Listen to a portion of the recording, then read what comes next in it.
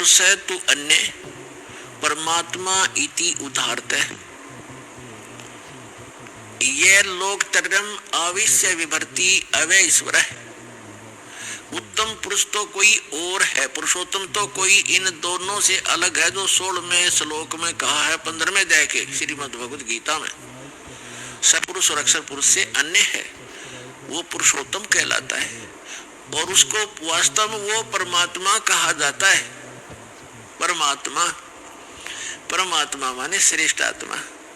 श्रेष्ठ आत्मा वही होता है जो किसी को दुख ना दे, किसी के बेटा बेटी की मृत्यु ना करे, कैंसर ना करे, किसी को रोग से युक्त ना करे, दुखी ना करे, उसको परमात्मा कहते हैं, श्रेष्ठ आत्मा, अच्छी आत्मा। और जो यहाँ हम देख रहे हैं बूचड़ खाना, किसी हॉस्पिटल में जाकर देख लो हाहाकार मची हुई है, और घर घर में देख लो कोई किसी रोग से दुखी, कोई किसी से दुखी, किसी की टांग कटी है, किसी का हाथ कटा है, कोई आंखों से अंधा है, कोई पैरालाइसिस से तड़प रहा है। तो जिस लोक में हम रह रहे हैं इस परमात्मा का लोक हो सकता है?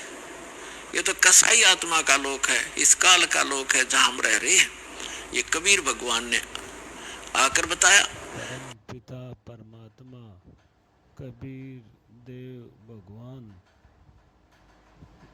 परम पिता परमात्मा कलयुग में कबीर देव नाम से प्रकट हुए थे सुख में स्थान पर, और फिर उनको गवाह बनाकर, साक्षी बनाकर वापस छोड़ा।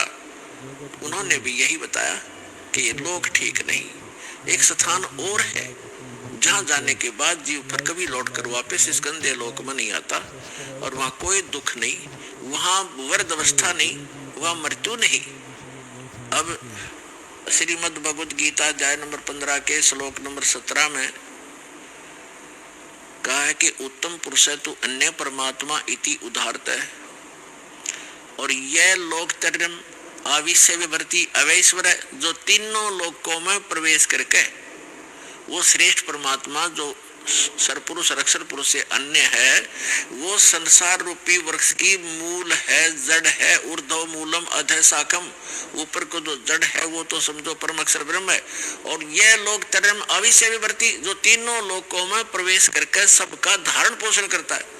पूरे पेड़ को मूल से ही परवरिश आहार मिलता है, मूल से उसकी परवरिश होती है। तो पूरा जो मूल है ऊपर परमात्मा है, जो सतलोक में रहता है, वो अक्षर पुरुष, परम अक्षर पुरुष, वो सारी सृष्टि का रचनहार, सर्व उत्पादक प्रभु, वो कबीर साहब है जो काशी में धानक रूप में आए थे। उस परमात्मा ने विधान बना के छोड़ दिया है, उस विधान अनुसार जो चलेगा उसको जैसा भी यहाँ का जो कर्तव्य है, लाभ है, उस अनुसार उसको मिलता रहेगा, उसको उसी प्रकार उसका जन्म मृत्यु होता रहेगा। और इस जन्म मृत्यु से बचने के लिए विधान बनाया है, जो उसको अपनाएगा, उसको एप्लीकेबल कर लेगा, उसका जन्म मृत्यु छूट जाएगा। तो वो जन्म और मृत्यु के छूटने का विधान हमें प्राप्त नहीं हुआ था। परमात्मा ने 600 वर्ष पहले बताने की चेष्टा की, लेकिन हम अशिक्षित होने के कारण हम वंचित रह गए। उसकी पूर्ति करने के लिए परमात्मा ने अब समय दिया है, निर्धारित किया था। अब जो प्रसंग चल रहा है, अब यहाँ कई व्यक्ति श्रद्धालु आपको भ्रमित कर देते हैं कि श्रीमद् भगवद गीता अध्याय नंबर 15 के श्लोक नंबर 18 में गीता ज्ञानदाता कहता है कि मैं लोक वेद के आधार से मैं पुरुषोत्तम प्रसिद्ध हूँ। तो वो भ्रमित 18वें श्लोक को हम फाइनल माने तो 17वां गलत हो गया, क्योंकि गीता ज्ञानदाता तो ये है कि पुरुषोत्तमता इन दोनों से कोई अन्य है। और 18वें में क्या कहता है कि मैं गीता ज्ञानदाता कौन है? ये श्री कृष्ण नहीं है। श्री कृष्ण में प्रवेश करके, ये विष्णु नहीं है। श्री कृष्ण कहो चाहे विष्णु को, ये बोलने वाला श्री कृष्ण और विष्णु नहीं है। इनके अंदर इनका पिता जो सरपुरुष है उसने प्रतिज्ञा कर रखी है। 7वें अध्याय के 24-25वें श्लोक में कहा है, वो खुद कहता है गीता ज्ञानदाता कि मैं अपनी योग माया से छुपा रहता हूँ। ये बेबुद्धि मंदबुद्धि के लोग मुझे एज ए कृष्ण मान रहे होंगे, व्यक्ति रूप में खड़ा प्राप्त मान रहे होंगे। मैं कृष्ण नहीं हूँ, मैं व्यक्ति रूप में कभी नहीं आता। मैं अपने 4थे अध्याय के 9वें श्लोक में ये कहता है, मेरे जन्म और कर्म दिव्य है। अब इसके कर्म दिव्य कैसे हैं कि ये सामने आता नहीं, इसने प्रतिज्ञा कर रखी है और ये किसी में प्रवेश करके अपना जो उल्लू सीधा वो कर जाता है। श्री कृष्ण में प्रवेश करके गीता का ज्ञान ये सत्पुरुष दे रहा है और ये कहता है कि मेरे अंतर्गत यानी 21 ब्रह्मांड में जितने भी प्राणी हैं उनसे मैं उत्तम हूँ, श्रेष्ठ हूँ, तगड़ा हूँ, मजबूत हूँ, ताकतवर हूँ। इसलिए लोक वेद में मैं पुरुषोत्तम प्रसिद्ध हो रहा हूँ। लोक वेद दंत कथा सुनी सुनाई बातें, इस कारण से मैं पुरुषोत्तम हूँ। 15वें अध्याय के 17वें श्लोक में स्पष्ट कर दिया कि उत्तम पुरुष है तू अन्य, वो तो कोई और है और वही वास्तव में अविनाशी है। दूसरे अध्याय के 17वें श्लोक में कहा है और दूसरे गीता अध्याय नंबर 2 के श्लोक 12 में, गीता अध्याय नंबर 4 श्लोक 5 और 9 में, गीता अध्याय 10 मंत्र 2 में ये स्पष्ट करता गीता ज्ञानदाता कि मेरे तो जन्म मृत्यु होते हैं, मैं अविनाशी नहीं हूं। और दूसरे अध्याय के 17वें श्लोक में श्रीमद् भगवद गीता में कहा कि अविनाशी तो उसको जान जिसने सारे ब्रह्मांड की रचना की, जिसे सारा संसार व्याप्त है। उस अविनाशी को मारने के लिए कोई भी सक्षम नहीं है। और अपने विषय में कहता है कि मेरी तेरी जन्म मृत्यु होती रहती है। लेकिन 18वें अध्याय के 62वें श्लोक में कहा कि अर्जुन तू सर्वभाव से उस परमेश्वर की शरण में जा, उसकी कृपा से तू परम शांति को और सनातन परम धाम को प्राप्त होगा। और श्रीमद् भगवद गीता अध्याय नंबर 15 के श्लोक नंबर 1 से 4 का आशय है ये अधिक प्रभु ऊपर सतलोक में रहता है, वो संसार रूपी वृक्ष की जड़ है और अक्षर पुरुष ये तना है, सरपुरुष ये काल जो गीता का ज्ञान दे रहा है श्री कृष्ण में प्रवेश करके, ये एक शाखा है, एक मोटी डार है।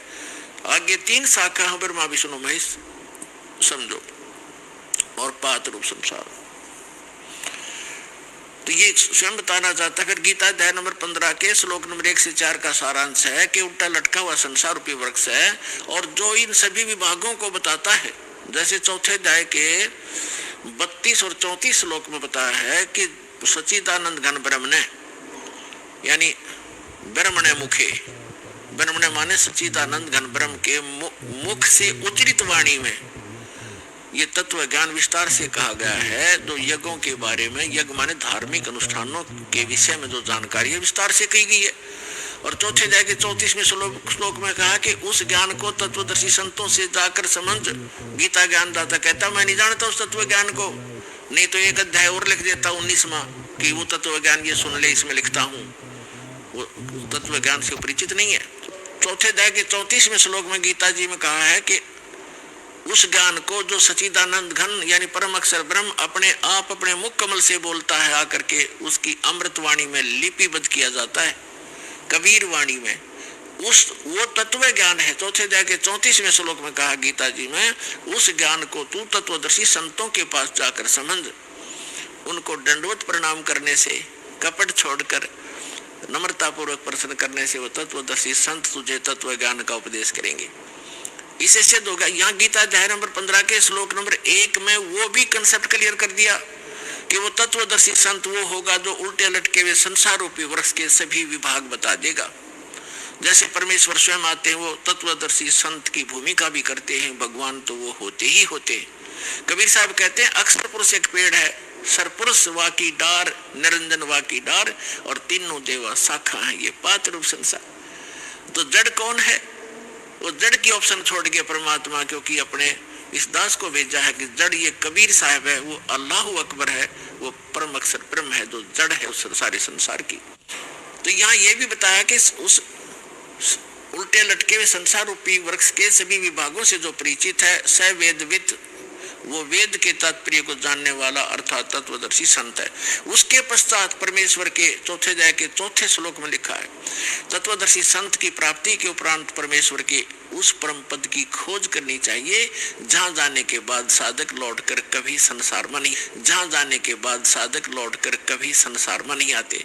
और जिस परमेश्वर ने सारे ब्रह्मांडों की रचना की है और केवल उसी की भक्ति करो। गीता ज्ञानदाता अपने से अन्य उस पुरुषोत्तम परम अक्षर ब्रह्म की भक्ति करने के लिए कहता है जिससे आपकी जन्म और मरण छूटेगा। 7वें अध्याय के 29वें श्लोक में गीता ज्ञानदाता कहता है कि जन्म और मरण छूटेगा। 7वें अध्याय के 29वें श्लोक में गीता ज्ञानदाता कहता है कि मेरे इस ज्ञान का जो आश्रय कर लेता है, यानी तत्वदर्शी संत की जो खोज कर लेता है और तत्व ज्ञान से जो परिचित हो जाता है, जरा मरण मोक्षाय यतन माम आश्रित यतन्ति ते ये तत् ब्रह्म विदु कृष्णम अध्यात्म अखिल च कर्मम कर्मम च अखिलम।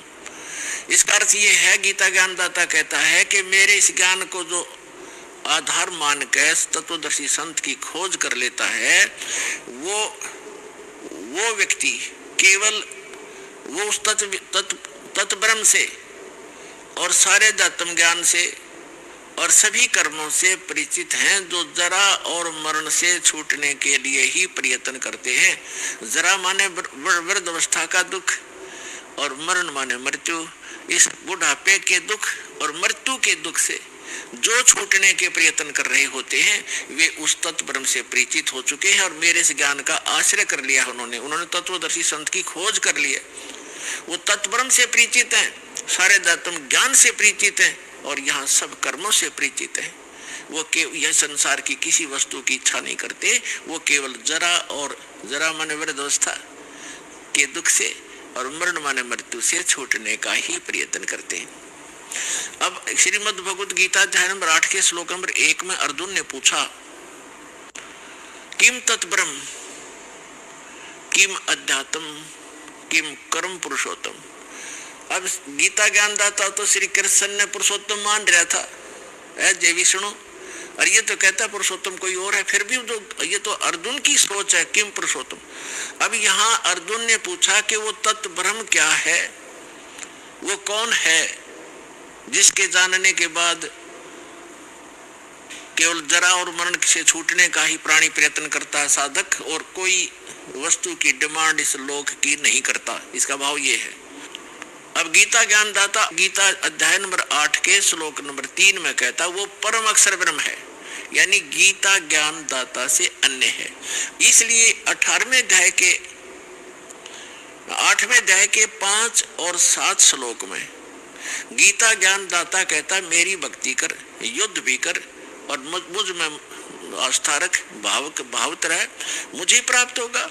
अपना मंत्र बताता 8वें अध्याय के 13वें श्लोक में, ओम इति एकाक्षरम ब्रह्म व्यवहारण माम अनुस्मरण यह प्रयाति तदन्देहम सयाति परमाम गतिम। मुझ ब्रह्म का केवल एक ओम अक्षर है, नथिंग एल्स, इसके अतिरिक्त कुछ नहीं। उच्चारण करे भगवान शिव की बुद्धि खोल दी काल ने, और उसके मन में ये पक्का हो गया कि यह अवश्य परीक्षा लेकर आई है।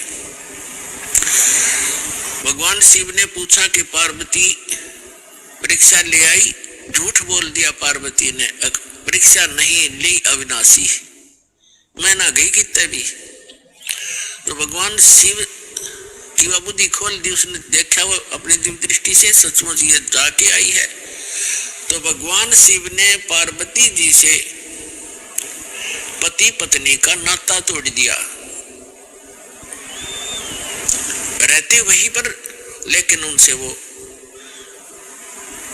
पति पत्नी वाला व्यवहार बंद कर दिया। वो जान गई अपनी गलती से कि मेरी गलती से सारा काम हुआ है। भगवान शिव ने बताया कि आपने मेरी मां का रूप बना लिया,